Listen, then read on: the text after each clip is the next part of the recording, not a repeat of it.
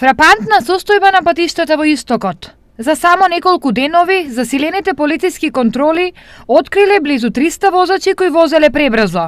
Од извршената контрола, 169 возачи ја пречекориле брзината на движење во населено место, додека 127 надвор од населено место.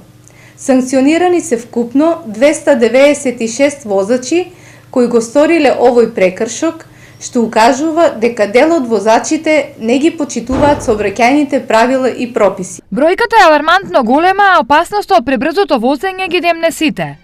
Поради ова, полицијата со контроли и казни нема да престане, се додека не се стави ред во сообраќајот. Секторот за внатрешни работи ќе продолжи со засилени контроли за откривање, спречување, како и за санкционирање на овој прекршок, но и на останатите прекршоци кои придонесуваат за случување на сообраќајни незгоди со потешки последици.